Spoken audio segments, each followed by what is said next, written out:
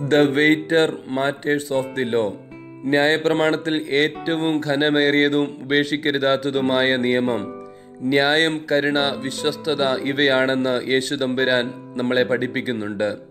മലയാള ഭാഷയിൽ വിശ്വാസവഞ്ചന എന്നൊരു വാക്ക് തന്നെയുണ്ട്. എല്ലാ പാരമ്പര്യങ്ങളിലും അവിശ്വസ്തത വലിയ തെറ്റ് തന്നെയാണ്. സത്യസന്ധതയോടുകൂടിയുള്ള ആത്മാർത്ഥതയാണ് വിശ്വസ്തത. നമ്മൾ ഏറ്റെടുക്കുന്ന ചുമതലയോട് ഒരു പ്രതിജ്ഞയുണ്ട്. അതിനോട് നീതി പുലർത്തുന്നതാണ് വിശ്വസ്തത എന്ന് പറയുന്നത്. ഉയർപ്പിന് ശേഷം ക്രിസ്തുവിനോടുള്ള പ്രതിജ്ഞയിൽ നിന്ന് മാറി മീൻ പിടിക്കുവാൻ പോകുന്ന ശിഷ്യന്മാരെ പറ്റി വേദപുസ്തകം പറയുന്നുണ്ട്. രാത്രി മുഴുവൻ അധ്വാനിച്ചു, പക്ഷെ ഒന്നും ലഭിക്കുന്നില്ല. അവിശ്വസ്തർ ജീവിതത്തിൽ വിജയിക്കുകയില്ല.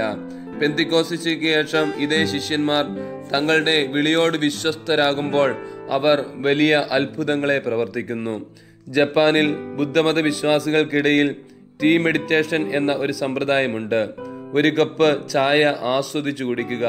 അവർ പറയുന്നു, നിങ്ങൾ ഒരു കപ്പ് ചായ കുടിക്കുമ്പോൾ ലോകത്തിന്റെ ആത്മാവിന്റെ ഒരു ഭാഗമാണ് അകത്താക്കുന്നത്. അതിലെ ഓരോ തുള്ളിയോടും വിശ്വസ്തത പുലർത്തുക, ആസ്വദിക്കുക. ജീവിതത്തിൽ നമ്മൾ നമ്മോട് തന്നെയാണ് ആദ്യം വിശ്വസ്തത പുലർത്തേണ്ടുന്നത്. വിശുദ്ധ മത്തായിയുടെ സുവിശേഷം 25-ാം അധ്യായത്തിൽ താലന്തുകളുടെ ഉപമ നമ്മൾ കാണുന്നുണ്ട്. 5 താലന്തും 2 താലന്തും 1 താലന്തും ലഭിച്ചവൻ.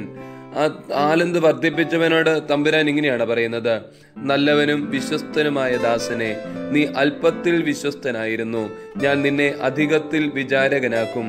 നിന്റെ യജമാനന്റെ സന്തോഷത്തിൽ പ്രവേശിക്കുക. ക്രിസ്തു നമ്മെ പഠിപ്പിക്കുന്നതും ജീവിത വിജയത്തിന്റെ മാർഗം വിശ്വസ്തയോടുകൂടിയ കഠിനാധ്വാനമാണ് എന്ന് തന്നെയാണ്. നമ്മുടെ ജീവിതത്തോട്, കുടുംബത്തോട്, സമൂഹത്തോട്, ജോലിയോട് ഒക്കെ നമുക്ക് വിശ്വസ്തത പുലർത്തുവാൻ സാധിക്കണം. സ്വാർത്ഥത കൂടുമ്പോഴാണ് വിശ്വസ്തത ജീവിതത്തിൽ കുറഞ്ഞു പോകുന്നത്.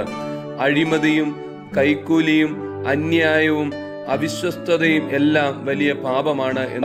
നമ്മൾ അവകാശങ്ങളെ പറ്റി പലപ്പോഴും ബോധവാന്മാരും അതിനുവേണ്ടി സമരം ചെയ്യുന്നവരുമാണ്. എന്നാൽ നമ്മളെ ഏൽപ്പിച്ചിരിക്കുന്ന കർത്തവ്യങ്ങൾ നമ്മൾ എത്രമാത്രം വിശ്വസ്തയോടുകൂടി ചെയ്യുവാൻ സാധിക്കുന്നുണ്ട് എന്ന് ചിന്തിക്കുക. ലോക്ക്ഡൌണിന്റെ കാലത്തെ ഏറ്റവും സന്തോഷകരമായ അവസ്ഥ കുടുംബ ബന്ധങ്ങളിലോടൊക്കെ കുറച്ചുകൂടി വിശ്വസ്തരായി എന്നുള്ളതാണ്. മക്കൾക്ക്, ഭാര്യയ്ക്ക്, മാതാപിതാക്കൾക്ക് അല്ലെങ്കിൽ പരസ്പരമുള്ള ജീവിതത്തിലൊക്കെ കൂടുതൽ സമയം കൊടുക്കുവാൻ സാധിക്കുന്നുണ്ട്. അനാവശ്യമായ സംസാരങ്ങളും ഫോൺ വിളികളും മദ്യപാനശീലങ്ങളും തെറ്റായ കൂട്ടുകെട്ടുകളും ഒക്കെ ഈ ലോക്ക്ഡൌണിന്റെ കാലഘട്ടത്തിൽ കുറഞ്ഞു എന്നുള്ളത് കുടുംബജീവിതത്തിന്റെ ഒരു ബലം തന്നെയാണ്. കുഞ്ഞുങ്ങൾക്ക് തുറന്നു പറയുവാൻ മാതാപിതാക്കളെ കിട്ടി എന്നതും ഇതിന്റെ ഒരു ഭാഗമാണ്. നമ്മുടെ മക്കളോട് നമ്മൾ കുറച്ചുകൂടി വിശ്വസ്തതയും നീതിയും പുലർത്തേണ്ടിയിരിക്കുന്നു.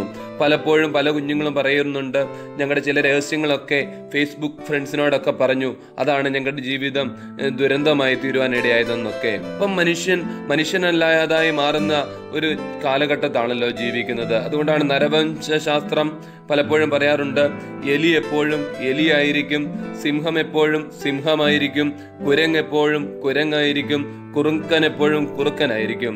എന്നാൽ മനുഷ്യൻ പലപ്പോഴും എലിയുടെയും കുറുക്കന്റെയും കുരങ്ങന്റെയും ഒക്കെ സ്വഭാവം പുറത്തെടുക്കുന്നത് തന്റെ ജീവിതത്തോട് വിശ്വസ്തതയില്ലാത്തത് കൊണ്ടാണ് എന്ന് മറന്നു പോകരുത്.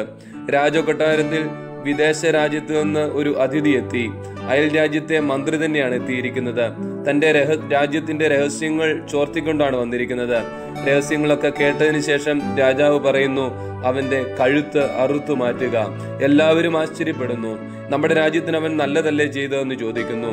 രാജാവിന്റെ മറുപടി ഇങ്ങനെയാണ്: സ്വന്തം രാജാവിനെ ചതിച്ചവനെ വിശ്വസിക്കുവാൻ കൊള്ളത്തില്ല.